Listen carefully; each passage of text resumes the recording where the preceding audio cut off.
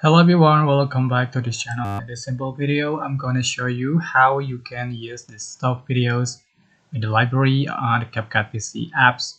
So if you don't have some videos for your edits, you can use the stock videos in the library. Just click on the media and select library, and you will find several videos in the CapCut PC. So you can use these videos as you like to edit in your project. Okay, for example, I am going to select the videos uh, and the trending and just download it and just click add icon or just drag to the track. So just edit the video.